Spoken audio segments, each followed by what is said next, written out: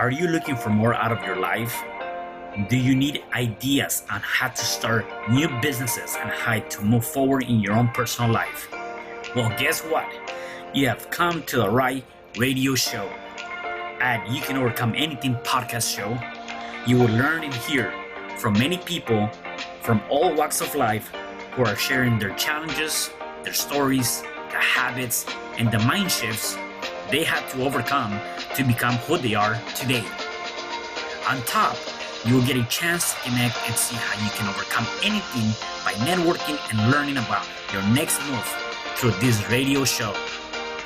I present to you our great speakers at You Can Overcome Anything podcast show with your host, Cesar Espino.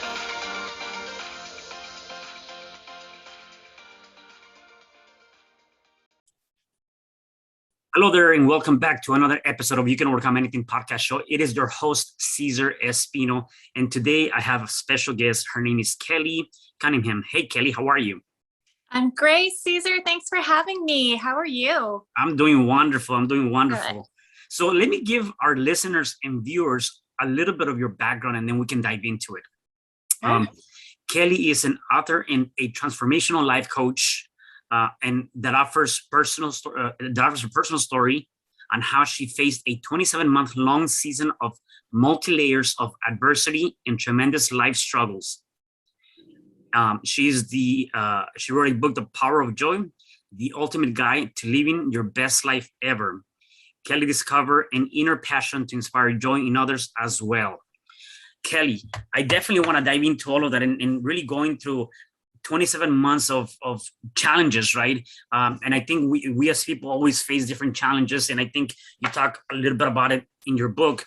It might be a little bit challenging to come out of whatever challenge you're going through, right? Yet there's ways and there's ideas.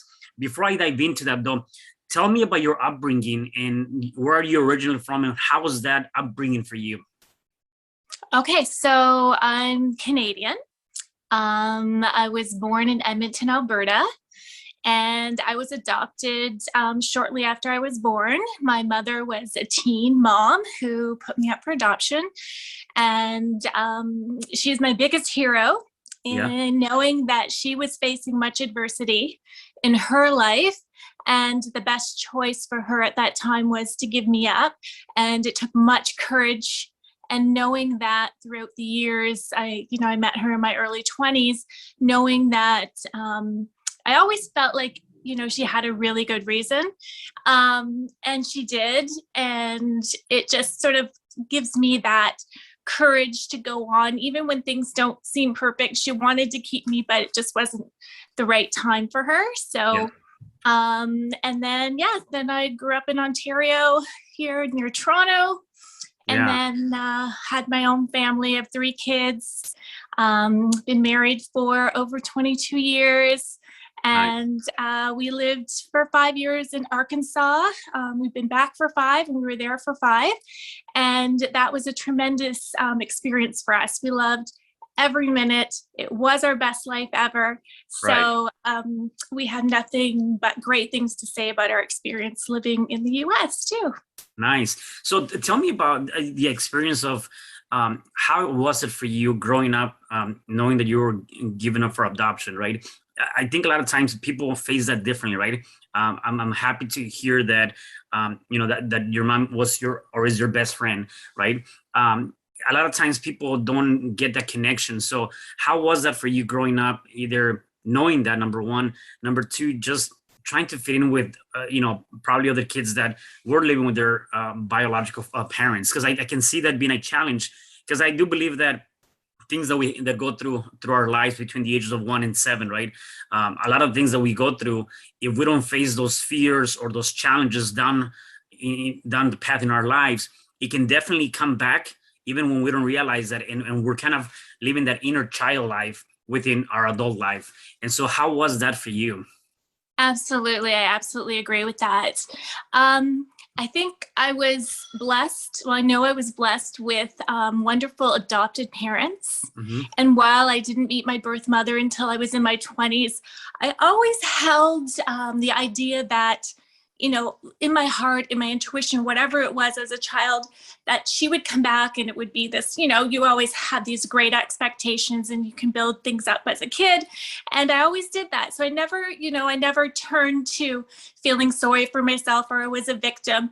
Definitely within my family unit, I felt safe and I felt like everything was normal. We all do.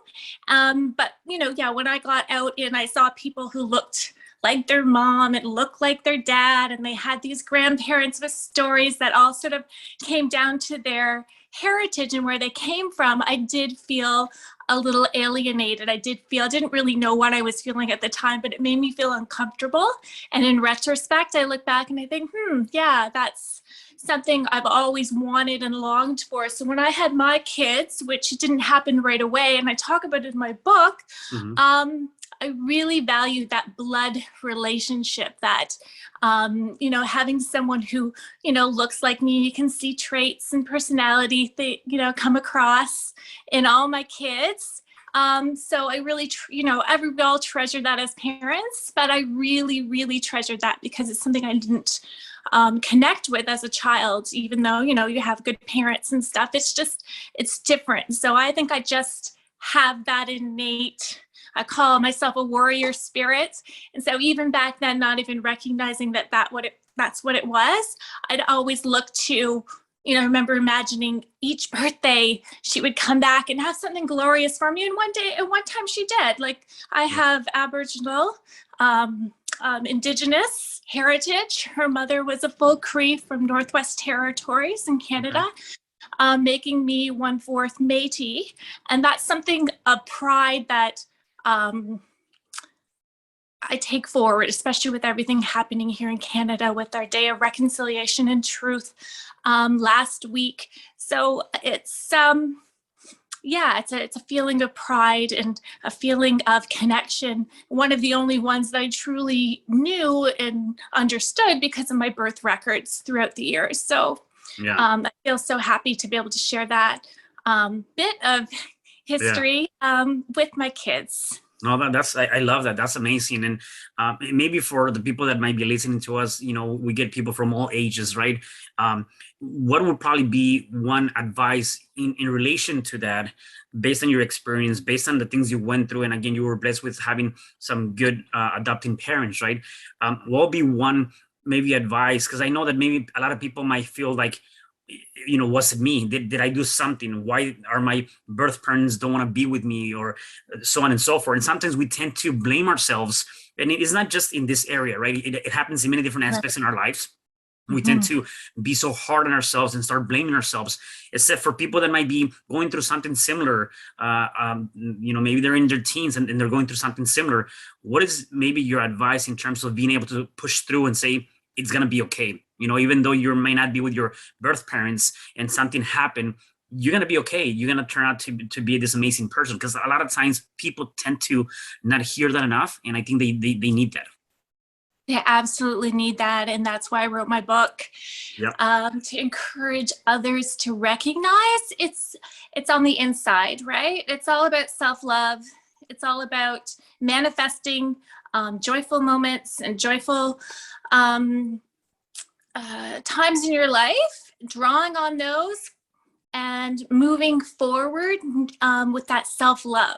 So that's lifting yourself each day. And sometimes you have to be very consciously aware of lifting your own self and steering your own energy in the direction you want it to go. When you're, that law of attraction, if you're thinking about, self-doubt and, I'm not able to do this, and self-defeating words, they're only going to defeat you. So I look at lifting words, and that's a lot of my encouragement, is cheering my reader on, cheering on Instagram and with my coaching business, and just letting people recognize a different way of looking at things, how true is that? And I know you're a coach as well. So, Right. Those are the kind of questions that come up. Life coaching is more about exploring the energy and shifting the energy where needed. It's not about telling, the client or the person what to do.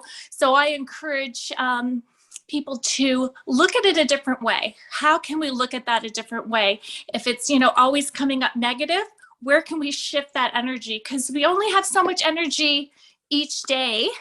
And we need to make sure we're using it to build us up and move us forward, and not to miss out on those pockets of time where life has challenges, pulls us sideways. Those things are going to happen. Look at COVID. So we have to take control back where we can.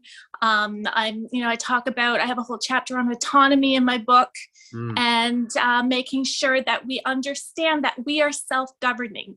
We are leading ourselves down a path towards success in our, chosen area. It's different for everyone, but we need to nurture ourselves along the way.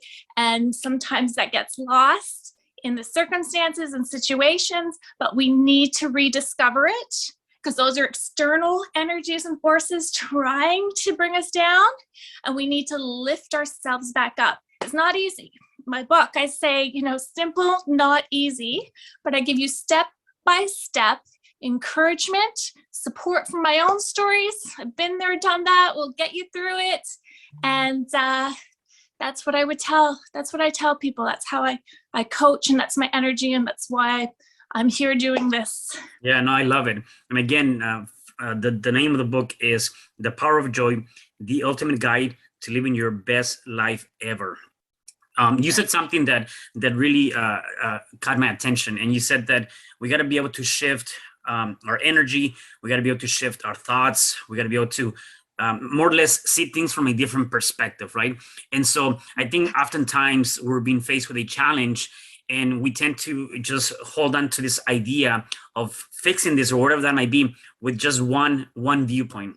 And I always tell people, you got to put on those glasses and look at it from a different angle, or put up glasses with different lenses, so you can see what might be another opportunity and or possibility. And so even kind of beyond that, and going beyond all of that, I think the idea of being joyful, and which is what you talk about a lot in your book, and you discovering the power of joy, allowed you and helped you overcome this 27 months of long season challenges. Give me some of the challenges you were facing with, and what were some of the things that you did to really overcome those? Okay, about a month in 2006, we moved back to Canada, and we about a month and a half later, my husband had a traumatic brain injury, and he had bleeding on the brain. It wasn't diagnosed initially. We weren't quite sure. It was a non-contact hockey game that he was in, and he was trying to reimmerse right back into that Canadian lifestyle. Yeah. And so it took him, it took 27 months to recover. So we tried everything. I call it spinning the wheel, and we, naturopaths, neurosurgeons, like you name it, we saw them, and to keep the hope when nothing helped but time. It was really just time, and patience, I think, is a superpower. Another topic I talk about in my book is that we have to keep a patient pursuit. So we have to keep that calm mindset, whatever it takes. So I take joyful moments throughout the day during that time to distract me for even a moment, to draw on something that brings me joy. It could be watching the birds out in the bird feeder. It could be whatever it is for you. Me, I'm a birder, so that's a strong area where I could find a moment of joy, take control back, take that autonomy back into my thoughts, to reboot myself with that joyful energy to help get me through all the chaos. And there was many layers. We lost an aunt to lung cancer, and she was one of my most favorite people during that time. My best friend back in Arkansas had her husband was struggling with cancer as well, and he passed away about a month after Jeffrey was, had his TBI. So I couldn't even get out there to see her. And the plan was always to go back and spend a lot of time there. We had we still do have so many wonderful friends there. My 40-year-old sister-in-law got diagnosed with colon cancer, which is almost unheard of at that age. Luckily, she is doing much better now, and she got through that. And there were just layers of, transitioning back. I didn't have my car for a year or so with 3 kids and 2 dogs and stuff. It was a little, there's just so many layers of trying to relocate, and then get help and support Jeffrey, give him the grace to heal. And you just don't know. No one has a timeline. It's not like a broken leg where you put a cast, 6 weeks later, you take the cast off and things are better. The soft tissue in the brain is, they can't even detect that, but they're able to just sort of reassure you, or we didn't have a lot to go on, which was even more challenging at times, especially with the kids newly back at new schools and adjusting to. We had many layers. I say that life can suddenly pull you sideways and you have to gain your footings, or you're just you're swept off your feet, and that's not what I wanted to happen for those moments of time. So we just I leaned on joy. It just seemed to be in that. My faith as well is very strong in terms of believing that in time, with that patient pursuit, doing what you can where you can, and not wasting energy on what you don't have control over. There's so many things, and I think you can let your mind spiral out of control. And like you were saying, with the refocusing and changing the lens, you've got to continually refocus your thoughts on things that you have control over. If it's something small, like, okay, I'll get the dishes done. Whatever it is, because there's so many things going on in your life that are spinning out of control. Even if it's breathing, I go through some breathing techniques. I talk about exercise and the benefits of all those happy endorphins releasing. I'd get up during that time at 5 a.m. and go for a run.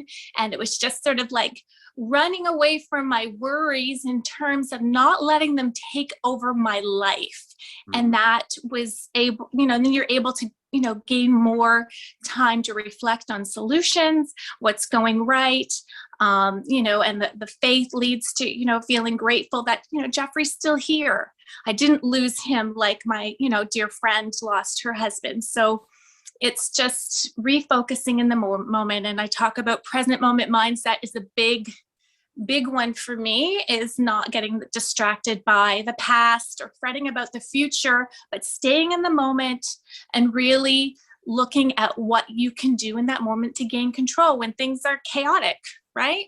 Right. I love that. And obviously, people that might be listening to this and watching this, they're gonna be like, wow, you went through all of those things, very challenging times. There was so much happening in your life, and so much. Have those just bounce back and continues that. And I like what you mentioned is just, having that faith, whatever that faith might be for you, or, or the people that are listening to, having that faith on something. The other thing to obviously find that joy, right? Being able to find that joy. I think that's critical. And then just maintaining busy. Obviously right now with everything that we have going on, there's so much distraction as it is already in the world, yet there's a lot of distraction going on our heads, right?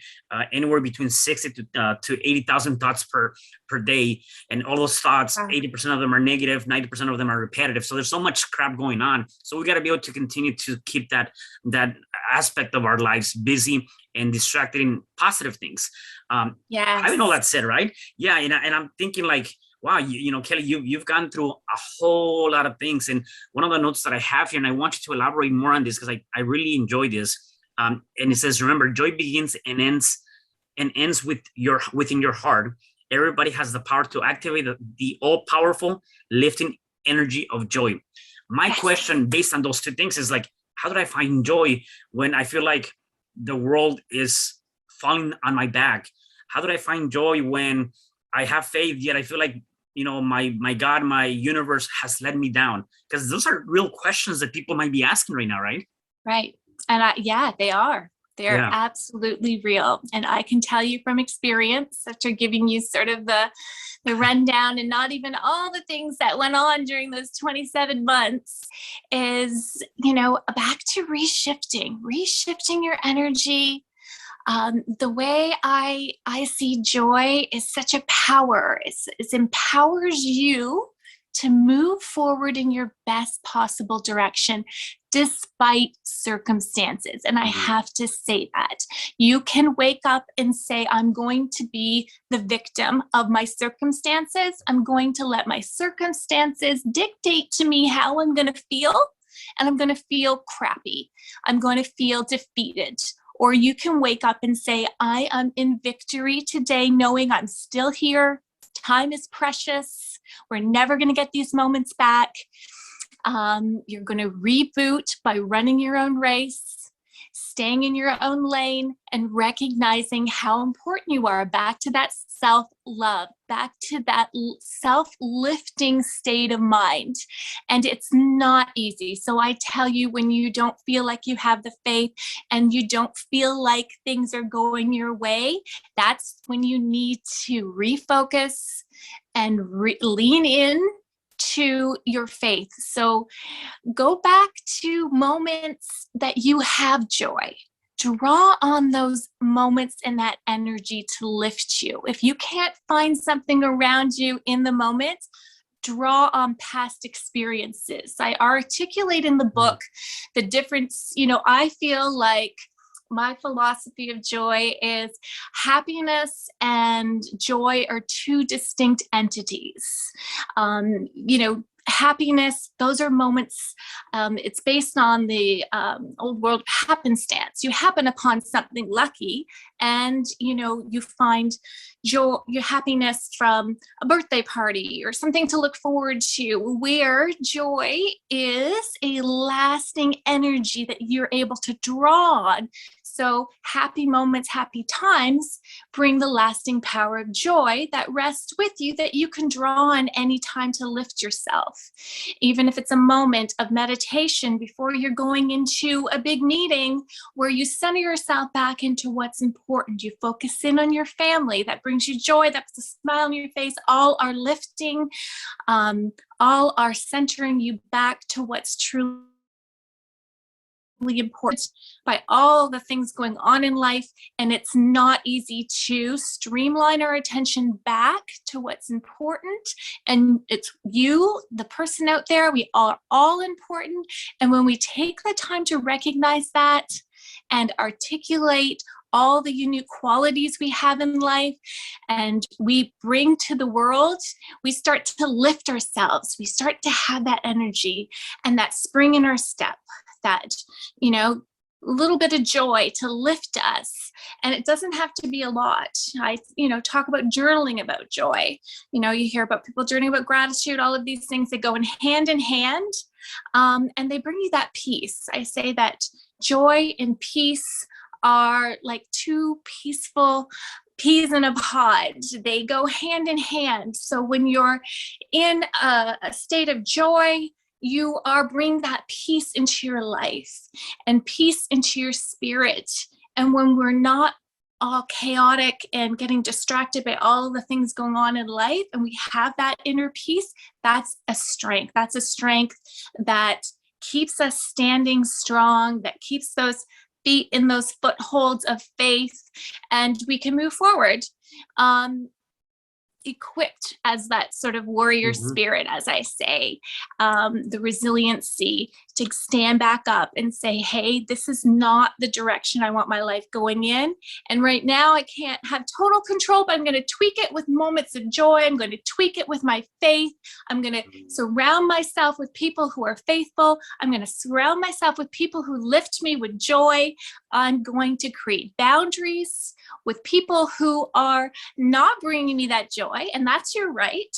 It's your right to go ahead and create boundaries from that type of energy. Because, right, as I said before, we only have so much energy every day. And if it's zapped by those who are bringing us down, we need to, especially in social media too. And I talked about that in a message recently on one of my reels. And I say that, you've got to create those boundaries. You've got to protect your energy. It's so important. And, at my age, I'm 48. And I see younger generations losing sight of what's important to them.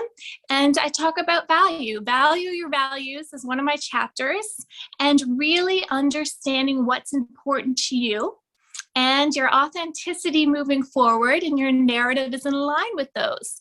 And that's what's going to give you strength and courage to believe that the next chapter in your life, the next season, is going to be great, because you're not going to accept anything less. And you're going to be refocusing on, joyful things. Yeah, So. I love it. I love it. That's amazing. You definitely dropped a lot of great bombs there, and a lot of great value there. So thank you for that. Thank you. Kelley, where can people find you if they want to connect with you?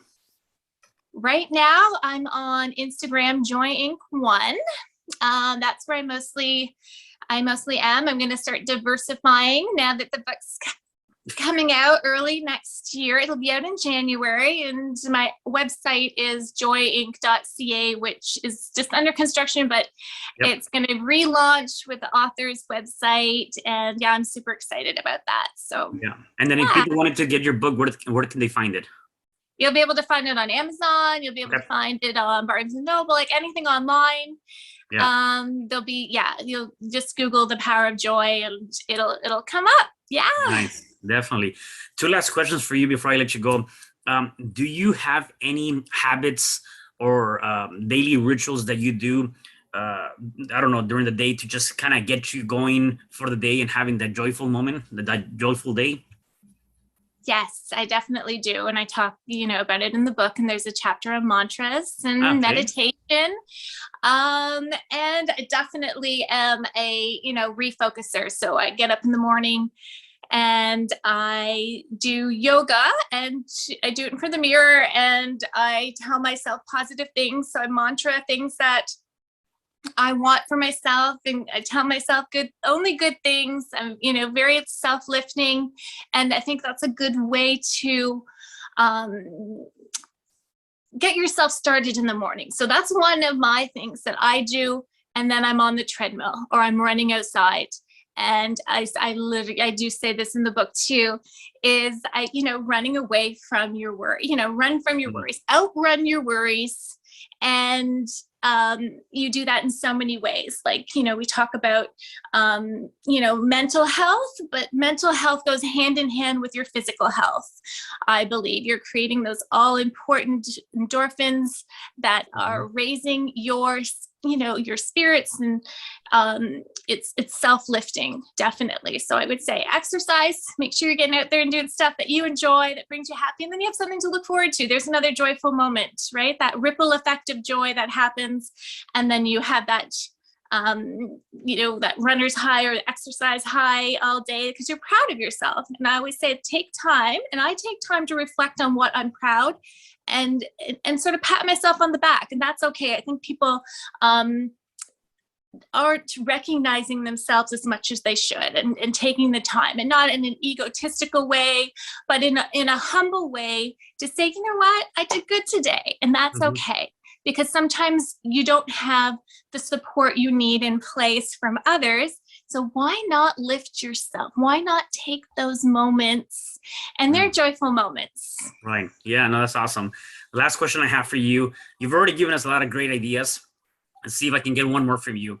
For the people that are watching us and seeing this, if they're going through any challenge, whatever challenge that might be, what is one thing that they can start doing to start overcoming that challenge? Right. And I don't talk about the challenges because we all have challenges, and I don't, my challenges are different than yours, and there's no comparison. So I talk about the solution. There's one solution, and I think it is tapping into the all-powerful energy of joy. Making sure you're drawing in creating joyful moments. You're kind of having a bad day, so call a friend or text a friend and say, hey, you want to get together later today or tomorrow? And maybe they'll just come back with a hey, good to hear from you type thing. So just make those little moments, or on your lunch break, go out and just enjoy a walk and whatever is self-lifting for you, whatever you can look forward to. Go grab a latte from your favorite barista, whatever it is, but you've got to create those moments and those connections, even if it's just looking forward to reading a book at the end of the night, all curled up in the bed, cozy. I say go for it, but look forward to it. So you're manifesting that energy all throughout the day. You're creating something exciting. It doesn't have to be huge, but you have something to look forward to. And I think that's, where people find themselves stuck, is they're just stuck in their problems. And I think focusing in more of a solution is really important to lift self-lifting love and create that joy in your life. I love it. I love it. Well, Kelley, I had a really good time spending this 30 minutes with you. Is there anything else you want to share before I let you go? No, I appreciate the time, and I just hope everyone takes my words. This is what I say: take my words into your heart as the truth. I am a truth teller, and I want to lift others with the powerful energy of joy, and it is powerful. It's lifted me through so much. I still lean on joy each and every day. And my mission in life is to create a revolution of joy within your heart. So please take that as the truth and some of my tips to help you lift your own day up with joy. Awesome. I love it. I love it. Well, thank you again for being on the show, Kelley. And for the rest of you guys, do me a favor. Please make sure you share, you comment, you like. Somebody needs to hear this message. Please connect with Kelley. Go out and check out her book. And I'll see you guys at the next episode of You Can Overcome Anything podcast show. Goodbye. Awesome. Thank you. Bye. Hi, I'm Cesar Espino, real estate investor, business coach, and consultant, and author of the book, You Can Overcome Anything, Even When the World Says No. My number is 424-501-6046. In my book, I talk about making the necessary changes to shift your mind for prosperity and certainty. Pick up your copy at Amazon. I also love helping families with their real estate and can purchase your house fast and all cash. Follow me on Instagram, Facebook, and LinkedIn. My number is 424-501-6046. Thank you for having me today. I am so glad you've tuned into this podcast. You can find me at your favorite podcast platform where you can like, subscribe, comment, and share. And to learn more about myself, my services, you can find me at www.cesarrespino.com, or you can also find me at your social media. Thanks for joining me, and I am looking forward to having you at the next episode. And know you truly can overcome anything.